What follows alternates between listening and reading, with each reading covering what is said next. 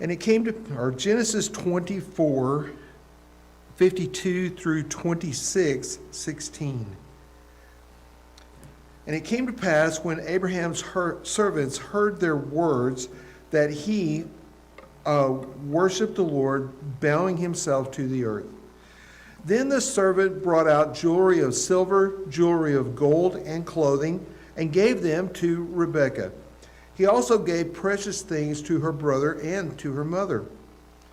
And he and the men who were with him ate and drank and stayed all night.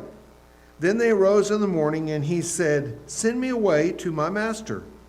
But her brother and her mother said, "Let the young woman stay with us a few days, at least 10. After that she may go." And he said to them, "Do not hinder me. Since the Lord has prospered my way, send me away so that I may go to my master." So they said, "We will call the young woman and ask her personally." Then they called Rebekah and said to her, "Will you go with this man?" And she said, "I will go." So they sent away Rebekah and their sister and her nurse, and Abraham's servant and his men. And they blessed Rebekah and said to her, "The mother of thousands of 10,000s, and may our sister, may you become the mother of thousands of 10,000s, and may your descendants possess the gates of those who hate them." Then Rebekah and her maids arose, and they rode on the camels and followed the men. So the servant took Rebekah and departed. Now Isaac came from the way of Beer-lahai-roi, for he dwelt in the south.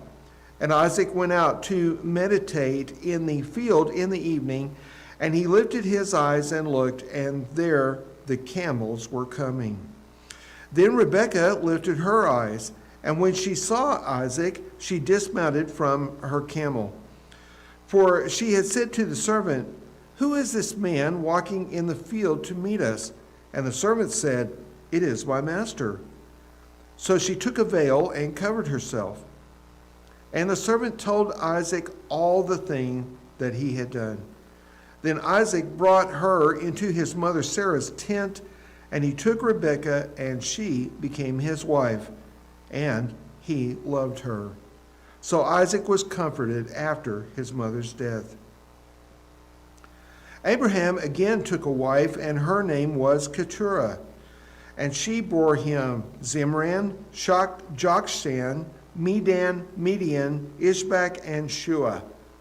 Jokshan begot Sheba and Dedan.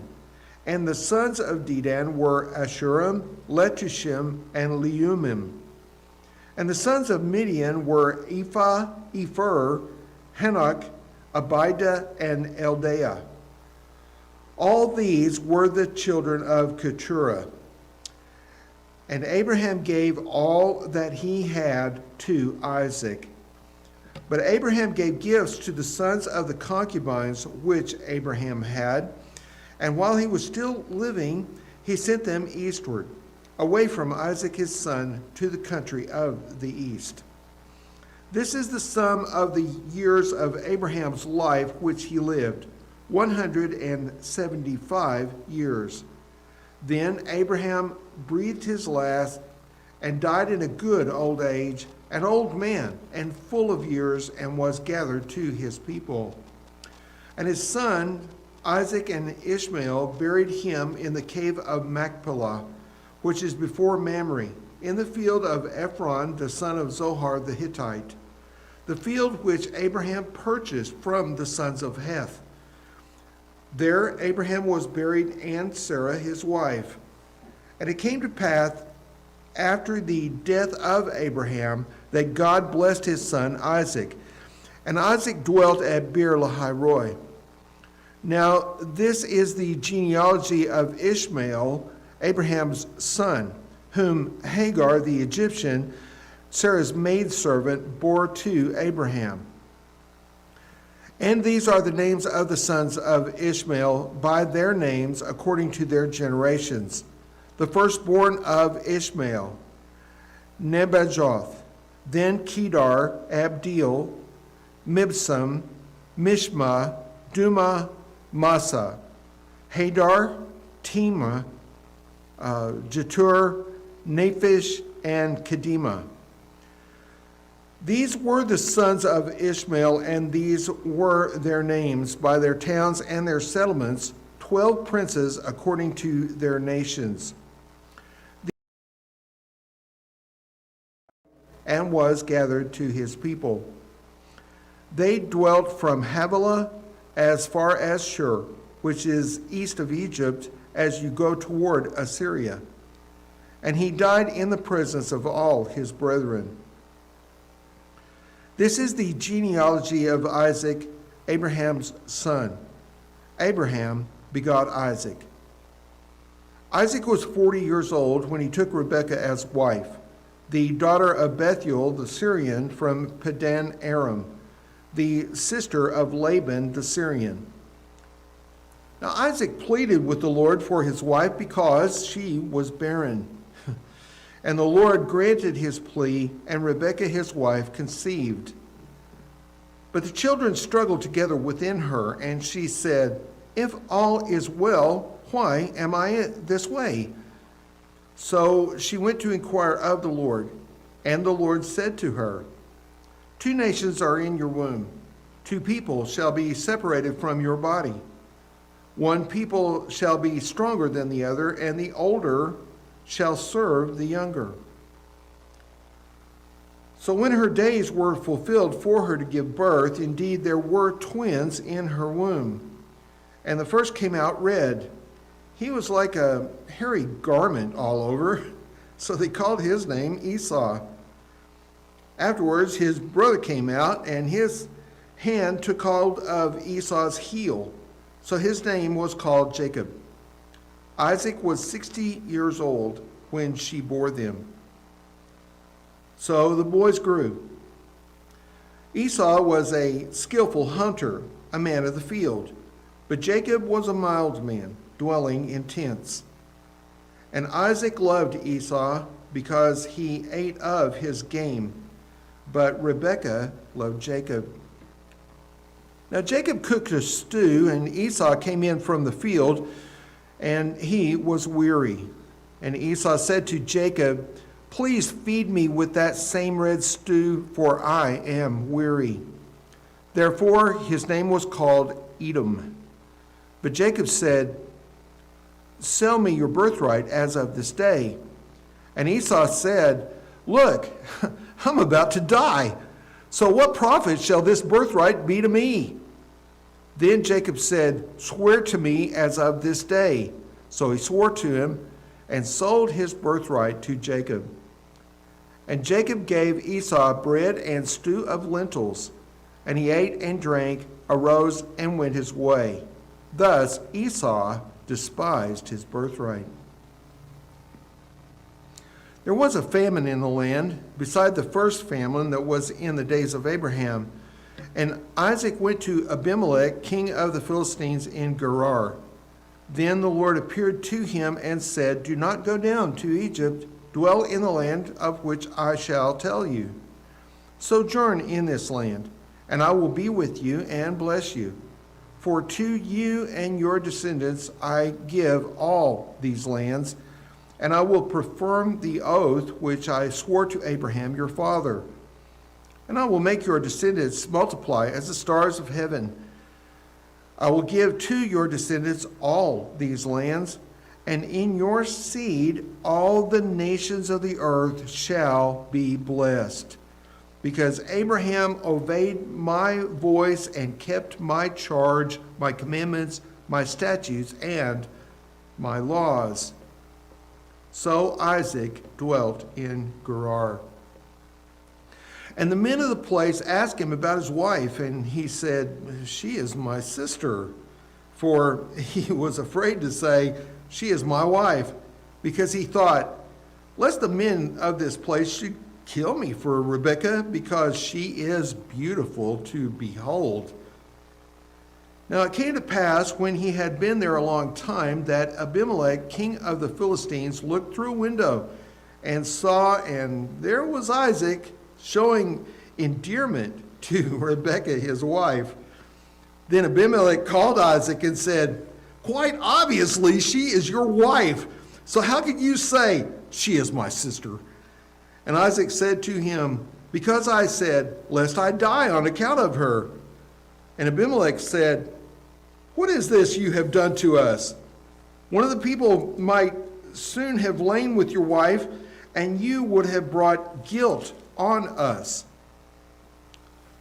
So Abimelech charged all his people, saying, "He who touches this man or his wife shall surely be put to death." Then Isaac sowed in that land and reaped in the same year 100-fold, and the Lord blessed him. The man began to prosper and continued prospering until he became very prosperous. For he had possessions of flocks and possessions of herds and a great number of servants. So the Philistines envied him. Now the Philistines had stopped up all the wells which his father's servants had dug in the days of Abraham his father, and they had filled them with earth. And Abimelech said to Isaac, "Go away from us, for you are much mightier than we."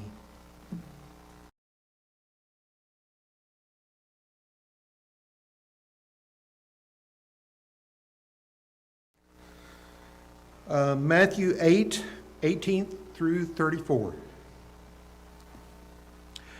Now, when Jesus saw great multitudes about him, he gave a command to depart to the other side. Then a certain scribe came and said to him, "Teacher, I will follow you wherever you go." And Jesus said to him, "Foxes have holes and birds of the air have nests, but the Son of Man has nowhere to lay his head." Then another of his disciples said to him, "Lord, let me first go and bury my father." But Jesus said to him, "Follow me, and let the dead bury their own dead." Now when he got into a boat, his disciples followed him. And suddenly a great tempest arose on the sea, so that the boat was covered with the waves, but he was asleep. Then his disciples came to him and woke him and said, "Lord, save us, we are perishing." But he said to them, "Why are you fearful, O you of little faith?" Then he arose and rebuked the winds and the sea, and there was a great calm. And the men marveled, saying, "Who can this be, that even the winds and the sea obey him?" When he had come to the other side, to the country of the Gergesenes, there met him 2 demon-possessed men coming out of the tombs, exceedingly fierce, so that no one could pass that way. Suddenly they cried out, saying, "What have we to do with you, Jesus, you Son of God? Have you come here to torment us before the time?" Now a good way off from them there was a herd of many swine feeding. So the demons begged him, saying, "If you cast us out, permit us to go away into the herd of swine." And he said to them, "Go." So when they had come out, they went into the herd of swine. And suddenly the whole herd of swine ran violently down the steep place into the sea and perished in the water. Then those who kept them fled, and they went away into the city and told everything, including what had happened to the demon-possessed men. And behold, the whole city came out to meet Jesus. And when they saw him, they begged him to depart from their region.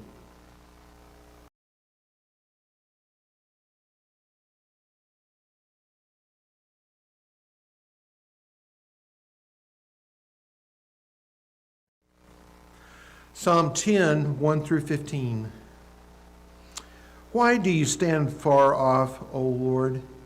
Why do you hide yourself in times of trouble? The wicked in his pride persecutes the poor. Let them be caught in the plots which they have devised. For the wicked boasts of his heart's desire. He blesses the greedy and renounces the Lord.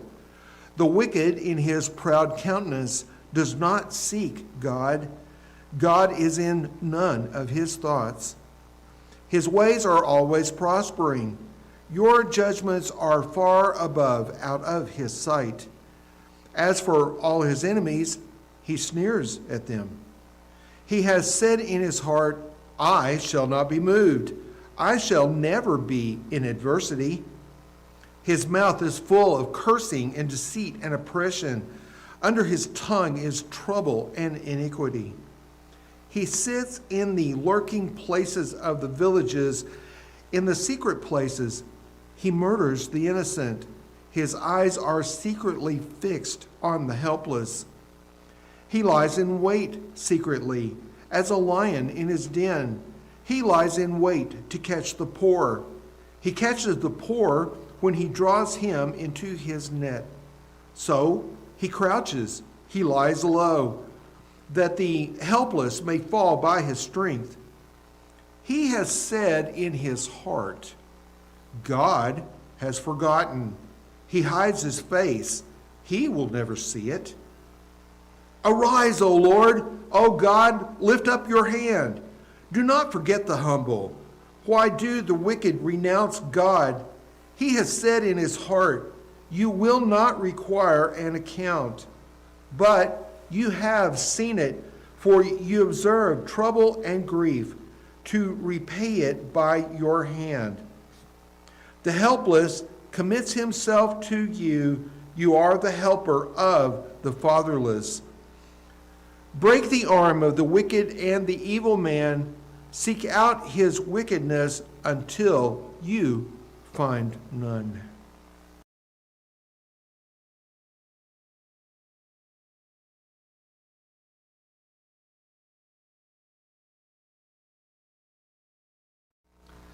Proverbs 3, 7, and 8.